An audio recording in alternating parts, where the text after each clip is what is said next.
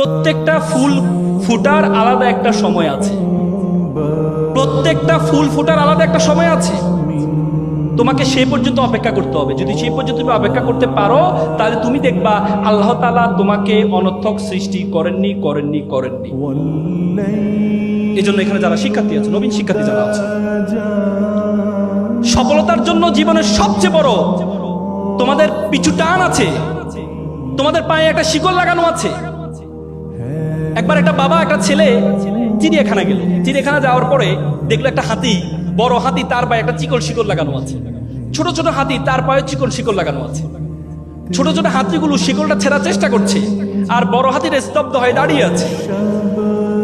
শিশু চিন্তা করলো, বড় হাতিটা যদি টান দেয় তাহলে শিকলটা ছেড়ার কথা, কিন্তু বড় হাতিটা দাঁড়িয়ে আছে কেন? তখন বাবাকে জিজ্ঞেস করলো। বাবা বললো, তাহলে এক কাজ করি, কেয়ারটেকারকে একটু জিজ্ঞেস করি। পরে কেয়ারটেকারকে জিজ্ঞেস করা হয়, আচ্ছা বলুন তো, এই যে ছোট ছোট হাতিটা শিকলটা ছেড়ার চেষ্টা করছে, কিন্তু বড় হাতিটা স্তব্ধ হয়ে দাঁড়িয়ে আছে, বড়টা টান দিলে তো ছিঁড়ে যায়। তখন কেয়ারটেকার বললো, দেখেন, এই বড় বড় হাতিগুলো যখন ছোট ছিল তার পায়ে শিকলটা লাগানো হয়েছিল, তখন সে এই ছোট ছোট হাতির মতো চেষ্টা করেছিল ছেড়ার জন্য, তখন সে পারেনি।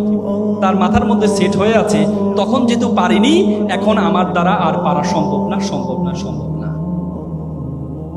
তোমাদের মাথার মধ্যে সে শিকল লাগানো আছে যে তোমার বড় বোন চেষ্টা করেছে বড় জায়গা অক্সফোর্ডে যাওয়ার, বড় বোন চেষ্টা করেছে ঢাকা বিশ্ববিদ্যালয়ের শিক্ষক হওয়ার, বড় বোন চেষ্টা করেছে বিসিএস ক্যাডার হওয়ার, সে হতে পারেনি। তো সুতরাং তুমিও পারবা না, তোমার মাথার মধ্যে সেট হয়ে আছে, সেটা থেকে বের হয়ে আসতে হবে।